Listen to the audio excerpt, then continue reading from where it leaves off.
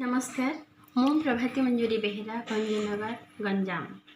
ଆଜିର ଏହି ପବିତ୍ର ବିଶ୍ୱ ମାତୃତ୍ୱ ଦିବସ ଅବସରରେ ସମସ୍ତ ମାମାନଙ୍କୁ ମୋର ପ୍ରଣାମ, ଶୁଭେଚ୍ଛା, ଅଭିନନ୍ଦନ। ଆଜିର ଏହି ସ୍ୱତନ୍ତ୍ର କବିତା ଆସରକୁ ଆପଣମାନଙ୍କୁ ସ୍ୱାଗତ। ବୁଦ୍ଧ ଏବଂ ରାମ ଏମାନେ ହେଉଛନ୍ତି ଆଦର୍ଶ ଆମ ପାଇଁ। ବୁଦ୍ଧ ଏବଂ ରାମ ଆମ ପାଇଁ ଅବଶ୍ୟ ଆଦର୍ଶ। ହଜାର ହଜାର ବର୍ଷ ଧରି ଚେତନାର ପ୍ରତୀକ ଭାବରେ ସେମାନେ ଭାରତବର୍ଷରେ ସ୍ୱୀକୃତ। ମାତ୍ର ଗୋପା ଏବଂ ସୀତା ପିତୃତ୍ୱ ପାଇଁ ପ୍ରଶ୍ନବାଚୀ। ସେମାନେ ପୃଥିବୀକୁ ଆଣିଥିବା ଆତ୍ମାମାନଙ୍କୁ ସ୍ୱତନ୍ତ୍ର କରି ତିଆରି କରିବା ପାଇଁ ସମଗ୍ର ଜୀବନ ତପସ୍ୟା କରିଛନ୍ତି। ଘୋଷଣା କରିଛନ୍ତି ମାତୃତ୍ୱ ହିଁ ବିକଳ୍ପହୀନ ସାଧନା, ଯାହା ସଂସାରକୁ ଜୀବନ୍ତ କରି ରଖିଥାଏ, ଗତିଶୀଳ କରିଥାଏ ଏବଂ ସକଳ ଆନନ୍ଦର କାରଣ ହୋଇଥାଏ। ତେଣୁ ମାତୃତ୍ୱର ଅନ୍ୟ ନାଁ ତପସ୍ୟା, ସୃଜନର ଭୂମି, ଅହଂ ମୁକ୍ତିର ଭୂମି, ଯାହା ଏକ ବ୍ୟକ୍ତି ସତ୍ତାକୁ ଆଧ୍ୟାତ୍ମ ସତ୍ତାରେ ଜ୍ଞାନାଲୋକରେ ରୂପାନ୍ତର କରିଥାଏ। ମାଟିଏ ହିଁ ଯଥାର୍ଥରେ କୁମ୍ଭକାର, ଯିଏ ତାର ଆତ୍ମାର ପିତଳକୁ ଭିତରେ ରକ୍ତ ଦେଇ ଗଢ଼ୁଥାଏ, ପୁଣି ବାହାରେ ବି ଗଢ଼ୁଥାଏ ଲୁହ ଏବଂ ହସର ରସରେ।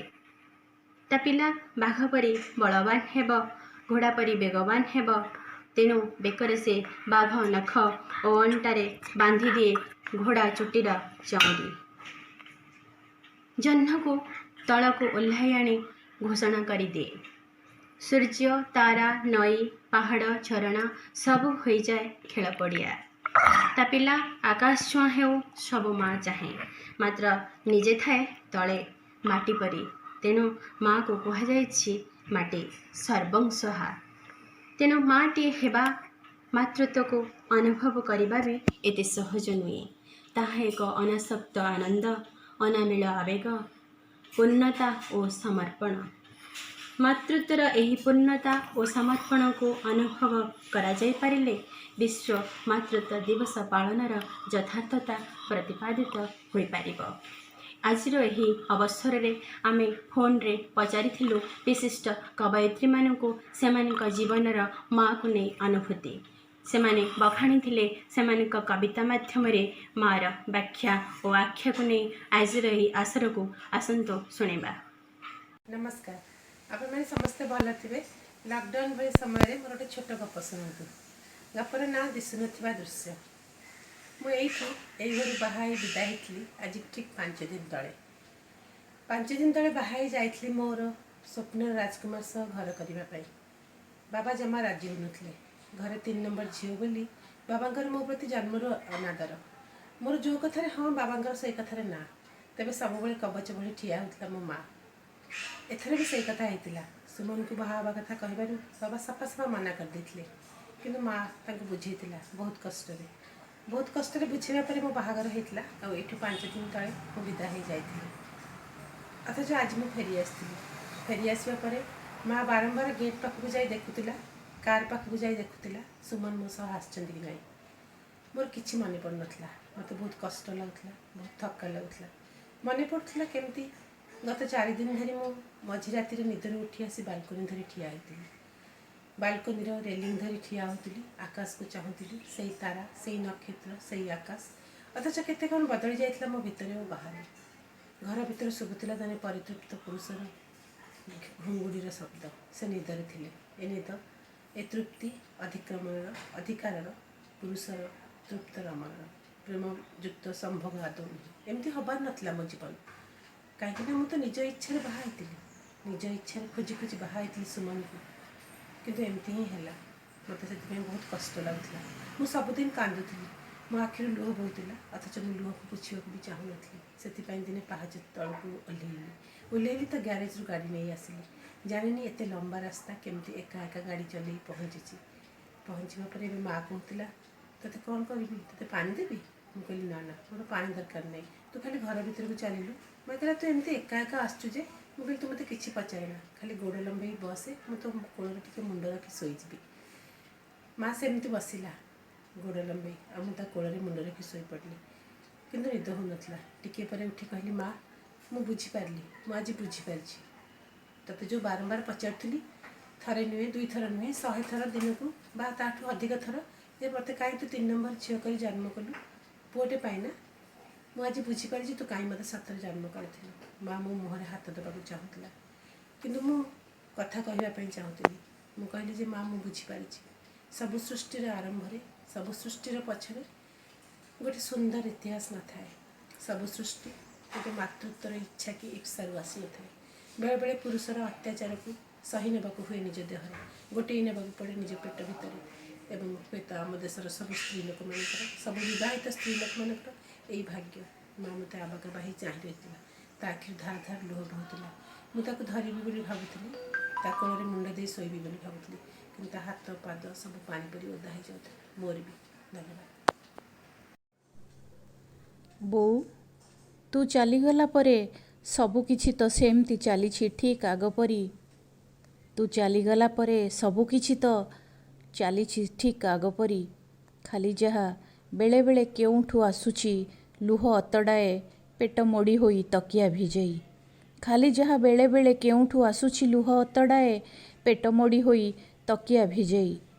ସୁନ୍ ସାନ୍ ଖରାବେଳେ ଭାସି ଆସେ ତୋ ସ୍ୱର ଗୁଣୁଗୁଣୁ ହୋଇ। ସୁନ୍ ସାନ୍ ଖରାବେଳେ ଭାସି ଆସେ ତୋ ସ୍ୱର ଗୁଣୁଗୁଣୁ ହୋଇ।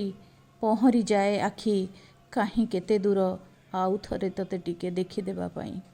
ପହଁରି ଯାଏ ଆଖି କାହିଁ କେତେ ଦୂର ଆଉ ଥରେ ତୋତେ ଟିକେ ଦେଖିଦେବା ପାଇଁ। ହଁ, ସବୁକିଛି ତ ସେମିତି ଚାଲିଛି ଠିକ୍ ଆଗ ପରି।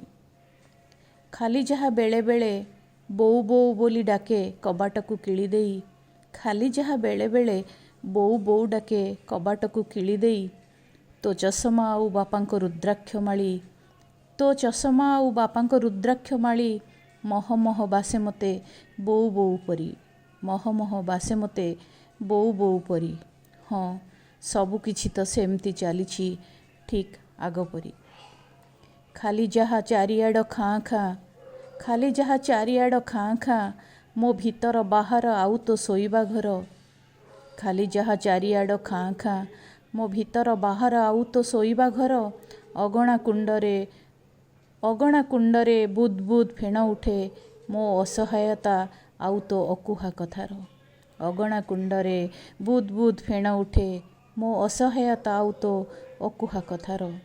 ହଁ, ସବୁକିଛି ତ ସେମିତି ଚାଲିଛି ଠିକ୍ ଆଗ ପରି। ଆଇନାରେ ମୁଁ ଦେଖୁଛି ତୋ ଲୁହଭରା ଆଖି ଦୁଇ। ଆଇନାରେ ମୁଁ ଦେଖୁଛି ତୋ ଲୁହଭରା ଆଖି ଦୁଇ। ଠିକ୍ ଯେମିତି ଶେଷ ଦିନ ମୋ ବାଟକୁ ତୁ ରହିଥିଲୁ ଚାହିଁ। ଠିକ୍ ସେମିତି ଶେଷ ଦିନ ମୋ ବାଟକୁ ତୁ ରହିଥିଲୁ ଚାହିଁ। ହଁ, ତୁ ଚାଲିଗଲା ପରେ ସବୁକିଛି ତ ସେମିତି ଚାଲିଛି ଠିକ୍ ଆଗ ପରି।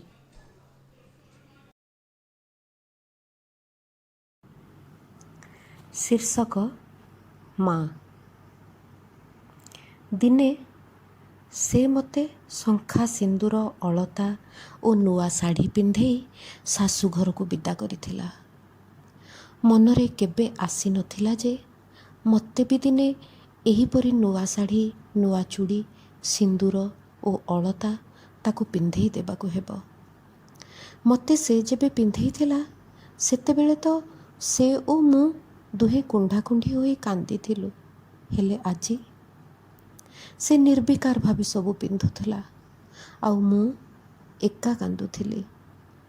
ଅନ୍ୟବେଳେ କାନ୍ଦିଲେ ସେ ତା ଛାତିରେ ମୋତେ ଜାକି ଧରୁଥିଲା। ଲୁହ ସରସର ମୁହଁଟାକୁ ମୋର ତା ପଣତ କାନିରେ ପୋଛି ଦେଉଥିଲା। କିନ୍ତୁ ଏବେ ମୁଁ ଯେତେ କାନ୍ଦିଲେ ମଧ୍ୟ ସେ ଏତେ ନିର୍ଦୟ ହେଇଯାଇଛି ଯେ ଥରେ ବି ତାର ହାତ ଉଠୁନି ମୋ ଲୁହ ପୋଛି ଦେବା ପାଇଁ। କିଛି ବୁଝି ହେଉନଥିଲା, କୌଣସି ବୁଦ୍ଧିବାଟ ଦିଶୁନଥିଲା। ଯେବେ ଗପସପ କରିବା ପାଇଁ ଇଚ୍ଛା ହୁଏ ମନେ ପଡ଼ନ୍ତି ବାପା। ମାତ୍ର କୌଣସି ସମସ୍ୟା ପଡ଼ିଲେ, କୌଣସି ଆଶଙ୍କା ଉପୁଜିଲେ ଦରକାର ହୁଏ ମା। କେମିତି କେଜାଣି କେଉଁଠୁ ଆସେ ତା ମୁଣ୍ଡକୁ ଏତେ କଥା। ସବୁ ସମସ୍ୟାର ସମାଧାନ କରିଦିଏ ତତ୍କ୍ଷଣାତ୍। ଅସ୍ଥିର ମନକୁ ଶାନ୍ତ କରାଏ। ସବୁ ଠିକ୍ ହେଇଯିବ। ତାର ଏଇ ପଦେ କଥାରେ ମନକୁ ମିଳେ ଅସୀମ ଧୈର୍ଯ୍ୟ। ସ୍ୱଳ୍ପ ବିଦ୍ୟା ବୁଦ୍ଧି ସମ୍ପନ୍ନ ଏ ଛୋଟ ମୁଣ୍ଡଟିରେ ଗୋଟିଏ କଥା ସବୁବେଳେ ଅନୁଭବ କରିଛି ଯେ ସମସ୍ତେ ମଧୁର କଥା ଓ ଭଲ ବ୍ୟବହାର ପାଇଁ ଆଗ୍ରହ ପ୍ରକାଶ କରନ୍ତି। ହେଲେ ଅନ୍ତର ଭିତରେ ଉଠୁଥିବା ରାଗ, ଦ୍ୱେଷ, ହିଂସା ଏସବୁ ବାପାଙ୍କୁ କହିଲେ ସେ ମନ ଖରାପ କରିବେ, ଭାଇ ଭଉଣୀଙ୍କି କହିଲେ ସେମାନେ ସମ୍ପର୍କ ତୁଟେଇ ଦେବେ, ବନ୍ଧୁବାନ୍ଧବ ମୁହଁ ମୋଡ଼ି ନେବେ, ଇଏ ଶୁଣିଲେ ରାଗିବେ, ପୁଅ ଝିଅ ମୁହଁ ଫୁଲେଇବେ। ତେବେ ଏସବୁ କହିବି କାହାକୁ? ସେତିକିବେଳେ ଦରକାର ହୁଏ ମା। ଯେତେ ରାଗ, ଯେତେ ଜିଦି, ଯେତେ ଗୋଡ଼ କଚଡ଼ା ସବୁକିଛି ନିର୍ଦ୍ୱନ୍ଦ୍ୱରେ ତାହାରି ଆଗରେ ପରିପ୍ରକାଶ କରିହୁଏ। ଅନ୍ୟମାନଙ୍କ ସହ କଥା ହେଲାବେଳେ ଭାବିଚିନ୍ତି କଥା କହିବାକୁ ହୁଏ। କେତେ ମିଶେଇ, କେତେ ଫେଡ଼ି, କେତେ କାଟି, କେତେ ଯୋଡ଼ି, କେବେ ଜିଭ ବଙ୍କେଇ, କେବେ ମୁହଁ ତେଢ଼େଇ କଥା କହି ମନ ଜିଣିବାକୁ ହୁଏ। ହେଲେ ମା ନିକଟରେ ବା କେଉଁ ଛଳନା, କେଉଁ ଅଭିନୟ? ବିନା ଭାବିଚିନ୍ତି ନିଷ୍କପଟରେ ଯାହାକୁ ସବୁକିଛି କହି ହୁଏ, ବୋଧହୁଏ ତାହାକୁ ମା ବୋଲି କହନ୍ତି।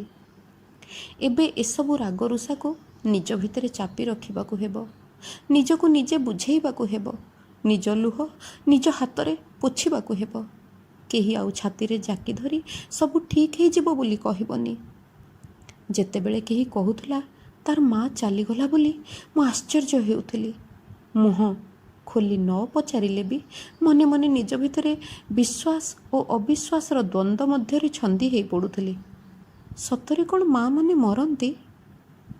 ସେମାନେ କ'ଣ ମରିପାରନ୍ତି? କେଜାଣି ହେଇଥିବ, କିନ୍ତୁ ମୋ ମା କେବେ ମରିବନି। ଆଜି ମୋର ସେଇ ଦମ୍ଭଟି ଚୁରମାର ହେଇଯାଇଛି। ତାକୁ ଦେଖି ବେଳେବେଳେ ଆଶ୍ଚର୍ଯ୍ୟ ହୁଏ। ସାଧାରଣ ରକ୍ତ ମାଂସ ଶରୀରଧାରୀଟିଏ କ'ଣ ଏତେ ମହାନ ହେଇପାରେ? ଭିକାରୀଟିଏ ଆସିଲେ ମା ଯଦି ବ୍ୟସ୍ତ ଥାଏ, ମୁଁ ଭିକ ନେଇ ଦେଇଦିଏ। ଭିକାରୀ କହେ, ନାଇଁ ଝିଅ, ତୁମେ ମାଆଙ୍କୁ ଡାକ। ମା ତା ଭାତ ଥାଳି ଆଣି ଭିକାରୀ କଂସାରେ ଓଜାଡ଼ି ଦିଏ, ନିଜେ ଚୁଡ଼ା ଚିନି ଗୋଳେଇ ଖାଇନିଏ। ବିରକ୍ତ ହେଲେ କହେ, କାହିଁ ଏମିତି ହଉଛୁ? ମୁଁ ତ ସବୁଦିନେ ଖାଉଛି। ଭୋକିଲା ଲୋକଟା ଘର ଆଗରୁ ସେମିତି ଫେରିଯିବ? ହେଲେ ସବୁଦିନେ ତା ଖାଇବାରେ କେହି ନା କେହି ଭାଗ ବସାନ୍ତି। କେବେ ଭିକାରୀ, କେବେ ଗରିବ ବ୍ରାହ୍ମଣ, କେବେ ବା କୌଣସି ଅତିଥି ଅଭ୍ୟାଗତ। ନିଜ ଖାଦ୍ୟ ଅନ୍ୟକୁ ଦେଇ କି ସୁଖ ପାଏ ସେ କେଜାଣି? କେବଳ ମଣିଷ ନୁହନ୍ତି, ପଶୁପକ୍ଷୀଙ୍କ ପେଟକୁ ବି ଚିହ୍ନେ ସେ। ସକାଳୁ ଉଠିଲେ କାଉଠାରୁ କୁକୁର ଯାକେ, ଗୁଣ୍ଡୁଚି ମୂଷାରୁ ନେଇ ଗାଈ, ବଳଦ, ଷଣ୍ଢ ପର୍ଯ୍ୟନ୍ତ ଘର ଆଗରେ ଜମାନ୍ତି ଭିଡ଼। ଆଜି ସେ ସମସ୍ତେ ହେଉଥିବେ ନିରାଶ। ପେଟର ମାପ ସେ କେମିତି ଜାଣେ କେଜାଣି? ଥରେ ବାଢ଼ି ଦେଇଥିଲେ ଦ୍ୱିତୀୟ ଥର ମାଗିବାକୁ ପଡ଼େ ନା। ପେଟ ପୂରିଯାଏ, ମନ ହୋଇଯାଏ ତୃପ୍ତ। ଖାଇସାରି ତା ଲୁଗା କାନିରେ ମୁହଁ ପୋଛିଦେଲେ ଆତ୍ମା ଯେଉଁ ସନ୍ତୋଷ ପାଏ, ତାହାକୁ ତ ଭାଷାରେ ବି ବର୍ଣ୍ଣନା କରାଯାଇପାରେ ନା। 12 ମାସରେ ସେ 1200 ବ୍ରତ ଉପବାସର ଚିଠା ଧରି ବସୁଥିଲା। ଆଜି ସୋମବାର, କାଲି ମଙ୍ଗଳବାର, ପରଦିନ ସଂକ୍ରାନ୍ତି, ଏମିତି କେତେ କ'ଣ। ସେଇ ଅଖିଆ ଅପିଆ କ୍ଷୀଣ ତନୁଟିରେ ଘର ଗୋଟାକର କାମ ତାକୁ ହିଁ ଦିଶୁଥିଲା। ଅତିଥି ଅଭ୍ୟାଗତଙ୍କ ଠାରୁ ନେଇ ସାଇ ପଡ଼ିଶା ଯାକେ ସମସ୍ତେ ତାହାରି ପାଇଁ ସମ୍ପର୍କର ସୂତାଖିଅରେ ହୋଇଥିଲେ ବନ୍ଧା। ଯଦି କେବେ ଛୋଟ ମନ ନେଇ ମୁଁ କହେ, ସେମାନେ ତ ଆମକୁ ଦେଇନାହାନ୍ତି, ଆମେ କାହିଁ ଦେବା? ମା ବୁଝାଏ, ସେମାନେ ତାଙ୍କ କାମ କଲେ, ଆମେ ଆମର କରିବା। ଦେଇ ଦେଇ ନିଃସ୍ୱ ହେବାରେ କି ଆନନ୍ଦ ତାକୁ ମିଳୁଥିଲା କେଜାଣି? ସେ କେବଳ ଦେଇ ଚାଲିଥିଲା, ଆଉ ତା ଚାରିପଟେ ଥିବା ଆମେମାନେ ତା ଠାରୁ କେବଳ ନେଇ ଚାଲିଥିଲୁ। ସେ ଥିଲାବେଳେ ତାର ମହତ୍ଵ ବୁଝିନଥିଲି। ଲୋକେ କହନ୍ତି, ମା ନାହିଁ ଯାହାର, ସାହା ନାହିଁ ତାହାର। ଆଜି ମୁଁ ହେଇଯାଇଛି ବେସାହାରା। ବାପଘର କହିଲେ ମୁଁ ବୁଝୁଥିଲି ମାଆକୁ। ଆଜି ମୋର ବାପଘର ସରିଗଲା। ଅନେକ ସମୟରେ ସଂସାର ଜଞ୍ଜାଳ ଯୋଗୁଁ ଯାଇପାରୁନଥିଲି। କିଏ ଆଉ କହିବ, ମୁଁ କ'ଣ ମଲେ ଯାଇ ଆସିବୁ? ଏବେ ଟିକିଏ ଦେହ ଖରାପରେ ମନେ ପଡ଼ିବ ମା। ଏବେ ଟିକିଏ ମନ ଖରାପ ହେଲେ ବି ମନେ ପଡ଼ିବ। ଏପରି ଗୋଟିଏ ଶୂନ୍ୟସ୍ଥାନ ଏ ଜୀବନରେ ପୂରଣ ହେଇପାରିବନି ଆଦୌ। କେହି ଆଉ ପଚାରିବେନି, ତୁ ଖାଇଲୁଣି? କେହି ଆଉ କହିବେନି, ଦେହକୁ ଜଗି ଚଳିବୁ ବୋଲି। କେହି ଆଉ ଆଲମାରିରୁ ନୂଆ ଶାଢ଼ୀ କାଢ଼ି ବଢ଼େଇ ଦେଇ କହିବନି ଯେ, ନେ ତୁ ନୂଆଟା ପିନ୍ଧି ତାକୁ ପୁରୁଣା କଲେ ମୁଁ ପିନ୍ଧିବି, ମୋତେ ନୂଆ ଶାଢ଼ୀ ଭଲ ଲାଗେନି। ମା, ତୋର ଅବୁଝା, ଜିଦିଆ, ବୋକି ଝିଅଟା ସେମିତି ହୁଣ୍ଡିଟାଏ ହେଇ ରହିଗଲା ଲୋ। ତୋରି ଭାଷାରେ ଚାଲାକ ଚତୁର ହେଇପାରିଲାନି। ମୋ ପରି ଝିଅ ତତେ ହଜାରେ ମିଳିବେ, ହେଲେ ତୋ ପରି ମାଟିଏ କୋଟି ଜନ୍ମର ତପସ୍ୟାରେ ମିଳେ। କେଉଁ ଜନ୍ମର କେଉଁ ପୁଣ୍ୟ ପାଇଁ ଏ ଜନ୍ମରେ ତୋ ଝିଅ ହେଇଥିଲି। ପ୍ରତି ଜନ୍ମ ପାଇଁ ତୋ କୋଳଟି ମୋ ନାମରେ ଲେଖି ଦିଅନ୍ତୁନି। ସେହି ଦିନକୁ ଅପେକ୍ଷା କଲି।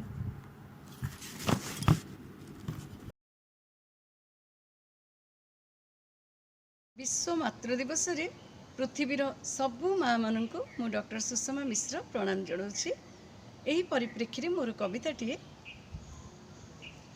धाईछि मो प्राण पक्षी। जेबे ठारू तो देहरे लागिछि डेणा, तू उड़ी जाउछु चढ़ेई परी। तो पछरे थाई मु ठिया होइछि जेमितिकी गोटे चुपचाप गछ, अथवा गछरु झुली पड़िछि गोटे परित्यक्त बसा। गछ आउ मो भितरे फरक एतिकी, गछ जानी पारेनी पुओ को अपेक्षा कले केमिति दुही होई जाए मार सात शिरा प्रशिरा। चढ़ेई आउ तो भितरे फरक एतिकी, संज हेले चढ़ेई फेरी आसिब ता बसाकू। तू केते ना केते बाहानारे पाद काढ़िबु घरु। धनरे तू जुआड़े जा जेते दूर, मो आखि पान तारु तो पछे पछे अणनिश्वासी होई धाईछि मो प्राण पक्षी। काले थकी जिबु अधा बाटरे, काले बाट भूली पड़ी जिबु विपद खालरे। कहीं केउ दूर चक्रवाल को छुई गले भी तोर जोर उड़ाण दम्भ धरी रही पारिब कि मोर मातृप्राण। आजी भी मु अटकी जाइछि सेई पक्षी माँ होई निरापत्तार पक्ष तले दिन राति तते पहरा देबाकू। से दिन जठर कांथरे कुनी कुनी ठेला देई आसिबु आसिबु बोली मते उत्ताल कलु। पुणी कोଳରେ सोई अमृतरे पेट भरी मते चखाई देलु माँ हेबार अनुक्त आनंद। मते चखाई देलु माँ हेबार अनुक्त आनंद। 10 मास 10 दिनर सेई धारण कालरे लगाई देलु जेउ अनाबिल ममतार डोर, ताहा लंबी जाइछि मोर हृदयरु तोर व्याप्ति जाए। तो पाद जेते बढ़िले भी निजस्व छंदरे, तो पाद चिन्हर सामुकारे साइती रखिछि मु मुक्तामय स्मृतिर अक्षर। साइती रखिछि मु मुक्तामय स्मृतिर अक्षर। मो पणत तले एबे भी नाची उठुछि तो मन खला हस ओ राग रुषार हो हल्लारे भरा तोर चपल कैशोर। तू थिलु लुतुपुतु माटीर पितुळा, साध्य मते गढ़िबाकू तते खटाइली ज्ञान आउ भाव कौशल। तू थिलु लुतुपुतु माटीर पितुळा, मु थिली कारीगर, साध्य मते गढ़िबाकू तते खटाइली ज्ञान आउ भाव कौशल। खरा वर्षा जोड़ी देई आंकी देली तो मनरे आशा इंद्रधनु। श्रावण फगुणरे हाथ धरी मन धरी बाट तते चलाइबा काले। मु हेली पथटिए तू हेलु रथ, मु हेली पथटिए तू हेलु रथ। चके गले 12 हाथ एबे तोर गति, ऋतुराज पहिली छुआरे तू हेलु अधीश्वर। विस्तारित करी देई नभश्चुंबी इच्छार साम्राज्य, विस्तारित करी देई नभश्चुंबी इच्छार साम्राज्य। तो जीवने ए समय सबुठारु संवेदनशील, तो जीवने ए समय सबुठारु संवेदनशील। तेणु तू लंघिला बेले अकस्मात अंधारी मूलक, मु जळुछि तो भितरे मिंजी मिंजी दीप शिखा होई आलोकित करिबाकू प्रतिटी पलक, आलोकित करिबाकू प्रतिटी पलक। तू कोळकू आसिला दिनु मो सत्तारे अभिन्न होई जाइछि तोर अस्तित्व। धनरे सेइथि पाई तो तू पहाड़र शीर्षरे थिले मु अपेक्षिछि पाद देशरे। तू चढ़ेई परी उड़ी गले भी मु पालटी जाइछि गछ। धनरे सेइथि पाई तो तू पहाड़र शीर्षरे थिले मु अपेक्षिछि पाद देशरे। तू चढ़ेई परी उड़ी गले भी मु पालटी जाइछि गछ, मु पालटी जाइछि गछ। धन्यवाद। नमस्कार। कवितार शीर्षक हेब पुणी भेट। ଏହି କବିତାର କବୟିତ୍ରୀ ହେଉଛନ୍ତି ଶ୍ରୀମତୀ ଚିନ୍ମୟୀ ମହାନ୍ତି। ଆବୃତ୍ତି ପ୍ରଭାତୀ ମଞ୍ଜୁରୀ ବେହେରା। କବିତାର ଶୀର୍ଷକ ହେବ ପୁଣି ଭେଟ। ଝରାପତ୍ରର ସିରିସିରି ଶବ୍ଦରେ ଝରାପତ୍ରର ସିରିସିରି ଶବ୍ଦରେ ଶୁଭିଯାଏ ମୋ ବୋଉର ମିଠା ମିଠା କଥା। ମୋ ବଗିଚାରେ ହସୁଥିବା ଫୁଲମାନଙ୍କ ଭିତରେ ମୁଁ ଦେଖିପାରେ ମୋ ବୋଉର ମଧୁବୋଳା ହସ। ଝରାପତ୍ରର ସିରିସିରି ଶବ୍ଦରେ ଶୁଭିଯାଏ ମୋ ବୋଉର ମିଠା ମିଠା କଥା। ମୋ ବଗିଚାରେ ହସୁଥିବା ଫୁଲମାନଙ୍କ ଭିତରେ ମୁଁ ଦେଖିପାରେ ମୋ ବୋଉର ମଧୁବୋଳା ହସ। ହାତରନ୍ଧା ତାର ମନେ ପକଉ ପକଉ ହାତରନ୍ଧା ତାର ମନେ ପକଉ ପକଉ ମୋ ଭିତରେ ସଞ୍ଚରି ଯାଏ ତା ହାତର ବାସ୍ନା। ବର୍ଷାର ରିମ୍ଝିମ୍ ସୁରରେ ବୋଉ ମୋର ମୋ ପାଇଁ ଗାଉଥାଏ ନାନାବାୟା ଗୀତ। ବର୍ଷାର ରିମ୍ଝିମ୍ ସୁରରେ ବୋଉ ମୋର ମୋ ପାଇଁ ଗାଉଥାଏ ନାନାବାୟା ଗୀତ। ମୋ ଆଖିରୁ ଝରି ପଡ଼ୁଥିବା ଟୋପା ଟୋପା ଲୁହରେ ମୋ ଆଖିରୁ ଝରି ପଡ଼ୁଥିବା ଟୋପା ଟୋପା ଲୁହରେ ପାଲଟି ଯାଏ ସେ ଚୁନା ଚୁନା ମୋତି। ପାଲଟି ଯାଏ ସେ ଚୁନା ଚୁନା ମୋତି। କେବେ ପୁଣି ଓଠରୁ ମୋ ଝରିଯାଏ ହସର ପାଖୁଡ଼ା ହେଇ। କେବେ ପୁଣି ଓଠରୁ ମୋ ଝରିଯାଏ ହସର ପାଖୁଡ଼ା ହେଇ। ଜୀବନର ମାନଚିତ୍ର ସିଏ ମୋର ଜୀବନର ମାନଚିତ୍ର ସିଏ ମୋର ଯାହାକୁ ଦେଖି ମୁଁ ଚାଲୁଥାଏ ବାଟ ଯାହାକୁ ଦେଖି ମୁଁ ଚାଲୁଥାଏ ବାଟ। ଏ ଜନ୍ମରେ ନହେଲେ ବି ମରଣରେ ତା ସାଥିରେ ଏ ଜନ୍ମରେ ନହେଲେ ବି ମରଣରେ ତା ସାଥିରେ ମୋର ହେବ ନିଶ୍ଚେ ଭେଟ ମୋର ହେବ ନିଶ୍ଚେ ଭେଟ।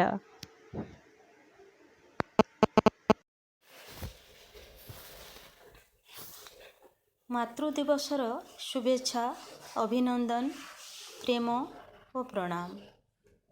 ମା, ବୋଉ, ମାମା, ମମି, ମମ୍। କ'ଣ ଫରକ ପଡ଼େ ଏ ଡାକରେ? ଏସବୁ କେବଳ ଗୋଟେ ଗୋଟେ ଶବ୍ଦ ନୁହେଁ, ଗୋଟେ ଭାବ, ଗୋଟେ ଅନୁଭବ, ଗୋଟେ ଆବେଗ, ଗୋଟେ ରାହା, ଗୋଟେ ସ୍ପନ୍ଦନ। ମା ବଦଳରେ ଯେଉଁ ନାମରେ ଡାକିଲେ ବି ସେ ଓ କରିବ ଯେଉଁଠି ଯେତେ ଦୂରରେ ଥାଉ। ଆଜି ଏହି ପରିପ୍ରେକ୍ଷୀରେ ମୋର କବିତା ଅମୃତ ଓ ମା। ଅମୃତ। ମା'ର ଅମୃତବୋଳା ଛାତିରୁ ଝରି ପଡ଼ୁଥିବା କେଇ ଟୋପା କ୍ଷୀର ଯାହା ରକ୍ତ ହୋଇ ଧମନୀରେ ଛୁଟୁଛି ବୋଲି ତ ଆଜି ଦୁନିଆର ଛାତିରେ ଦମ୍ଭ ଧରି ଠିଆ ହେଇଛି। ମା'ର ଅମୃତବୋଳା ଛାତିରୁ ଝରି ପଡ଼ୁଥିବା କେଇ ଟୋପା କ୍ଷୀର ଯାହା ରକ୍ତ ହୋଇ ଧମନୀରେ ଛୁଟୁଛି ବୋଲି ତ ଆଜି ଦୁନିଆର ଛାତିରେ ଦମ୍ଭ ଧରି ଠିଆ ହେଇଛି। ମା ଲୁହ ପିଇ ଦୁଃଖ ନେଇ ସୁଖ ବାଣ୍ଟିବାକୁ କାଳେ କାଳେ ଅଙ୍ଗୀକାରବଦ୍ଧ। ମା ଅନନ୍ୟା ଅନୁପମା ଅବିନାଶୀ ଆତ୍ମାଟିଏ। ମା ପାଇଁ ଶବ୍ଦ କାହିଁ ମା ପାଇଁ ଶବ୍ଦ କାହିଁ ଯେ? ମା ଗୋଟେ ବୃହତ୍ ଉପନ୍ୟାସ ମହାକାବ୍ୟଟିଏ। ମା ସେ ତ ଅସରନ୍ତି ଶବ୍ଦରେ ଭରା ସମ୍ପୂର୍ଣ୍ଣ ଭାଷାକୋଷଟିଏ। ମା ଶବ୍ଦର ମା ପ୍ରେମର କ'ଣ ବିକଳ୍ପ ଅଛି? ମା ଅଛି ବୋଲି ତ ମୁଁ ଅଛି ମା ଅଛି ବୋଲି ତ ମୁଁ ଅଛି। ଦୁନିଆର ଛାତିରେ ଦମ୍ଭ ଧରି ଠିଆ ହେଇଛି ଦୁନିଆର ଛାତିରେ ଦମ୍ଭ ଧରି ଠିଆ ହେଇଛି। ଧନ୍ୟବାଦ। ବିଶ୍ୱ ମାତୃଦିବସ ଉପଲକ୍ଷେ ଆପଣମାନଙ୍କୁ ମୋର ଅନେକ ଅନେକ ଶୁଭେଚ୍ଛା। ମୁଁ ଆଜି ଆପଣଙ୍କୁ ମୋର ଗୋଟେ କବିତା ଶୁଣାଇବାକୁ ଯାଉଛି। କବିତାର ଶୀର୍ଷକ ଈଶ୍ୱରୀ। ତାକୁ ଈଶ୍ୱରୀ କହିବାକୁ ଇଚ୍ଛା ହେଲା ତାକୁ ଈଶ୍ୱରୀ କହିବାକୁ ଇଚ୍ଛା ହେଲା ଯେଉଁଦିନ ଗାଁ ଠାକୁରାଣୀଙ୍କ ପାଖରେ ବାଢ଼ିବାକୁ ଥିବା ଭୋଗ ଓ ଭାଙ୍ଗିବାକୁ ଥିବା ନଡ଼ିଆର ମନାସକୁ ଭୁଲ ପ୍ରମାଣିତ କରି ଗର୍ଭଗୃହର ଅନ୍ଧାର ଭିତରୁ ଓଙ୍କାର ଧ୍ୱନିକୁ ଆତ୍ମସ୍ଥ କରି ପଥରକୁ ପାଣି ଫଟେଇ ସେ ବାହାରି ଆସିଲା ବାହାରକୁ। ଆଗ୍ନେୟଗିରିର ଲାଭା ପରି ସବୁ ଆଖିଙ୍କୁ ଟିଟିକାରି ମାରି ସୂର୍ଯ୍ୟର ଝାପ୍ସା ଆଲୁଅକୁ ଏକାଠି କରି ଦିନର ଦେହଳିରେ ଦିହୁଡ଼ିଟେ ଜାଳିଦେଲା। ତାକୁ ଈଶ୍ୱରୀ କହିବାକୁ ଇଚ୍ଛା ହେଲା। ତାକୁ ପୁଣି ଈଶ୍ୱରୀ କହିବାକୁ ଇଚ୍ଛା ହେଲା ଯେଉଁଦିନ ଆଣ୍ଠୁଲୁଚା ଛିଣ୍ଡା ଫ୍ରକର ଅଳିନ୍ଦରେ ସେ ଲୁଚାଇ ରଖିଥିବା ଅମୂଲମୂଲ ରତ୍ନ ଚିହ୍ନାରା ଦୁଆରେ ନିଲାମ ହେଲା ପରେ ବି ନଂପୁସକ ଇଚ୍ଛାମାନଙ୍କୁ ବେଖାତିର କରି ଦୂର ଦୂର ତାଳି ମାରି ସେ ନିଜର ଜୟଗାନ କଲା। ତାକୁ ପୁଣି ଈଶ୍ୱରୀ କହିବାକୁ ଇଚ୍ଛା ହେଲା। ଖଣି ଖାଦାନ ମହାନଦୀର ଜଳ ଓ ଜଙ୍ଗଲ ସବୁ ଲୁଟେରାଙ୍କ ପେଟରାରେ ସାଇତା ହେଲା ପରେ ବି ଛାତିର ସାତତାଳ ଭଣ୍ଡାରର ସେ ଏକା ଈଶ୍ୱରୀ ତା ବିନା ଜଳ ବାୟୁ ଆଲୋକ ଜୀବନରୁ ନିରୁଦ୍ଦିଷ୍ଟ ହେବାର ଘୋଷଣା କରି ଗାଁ ଠାକୁରାଣୀଙ୍କ ସାମ୍ନାରେ ସେ ନିଜ ଦେହରେ ସିନ୍ଦୁର ବୋଳି ନିଜେ ତାର ଅବତାର ବୋଲି ସର୍ବସମକ୍ଷରେ ଘୋଷଣା କଲା। ତାକୁ ପୁଣି ଈଶ୍ୱରୀ କହିବାକୁ ଇଚ୍ଛା ହେଲା। ଯେଉଁଦିନ ବେତବାଡ଼ି ହାତରେ ଧରି ସେ ନିଜର କାମନାକୁ ବାସନାକୁ ଆୟତ୍ତ କରି କାୟ ମନ ବାକ୍ୟକୁ ଜାଳେଣୀ କାଠ କରି ଭତୁଆଣି ହାଣ୍ଡିରେ ଇଚ୍ଛା ଅନିଚ୍ଛା ଆଶା ନିରାଶାମାନଙ୍କୁ ଫୁଟାଇ ଭୋକମାନଙ୍କ ମୁହଁରେ ମୋହିନୀ ମନ୍ତ୍ର ପରଶି ନିଜ ମାୟାରେ ବଶ କରିନେଲା, ତାକୁ ପୁଣି ଈଶ୍ୱରୀ କହିବାକୁ ଇଚ୍ଛା ହେଲା। ସେ ଈଶ୍ୱରୀ ବୋଲି ତ ତା ରକ୍ତ ମାଂସ ସ୍ୱେଦ ସବୁକୁ ଭାଗ କଲା ପରେ ବି ଶ୍ୱାନ ଶୃଗାଳମାନଙ୍କ ଉଚ୍ଚାଟପଣରେ ସେ ବାରମ୍ବାର ଉଭା ହୋଇ ଚୁଲିର ପାଉଁଶ ଭିତରୁ କଣିକାଏ ନିଆଁ ଝୁଲ ପରି କାୟା ବିସ୍ତାରୁଥିଲା ଶୂନ୍ୟରୁ ମହାଶୂନ୍ୟ ଯାଏ। ହରପ୍ପା ମହଞ୍ଜୋଦାରୋର ଛାତିକୁ ବିଦାରି କାୟା ବିସ୍ତାରୁଥିଲା ଶୂନ୍ୟରୁ ମହାଶୂନ୍ୟ ଯାଏ। ତାକୁ ପୁଣି ଈଶ୍ୱରୀ କହିବାକୁ ଇଚ୍ଛା ହେଲା। ଧନ୍ୟବାଦ, ନମସ୍କାର।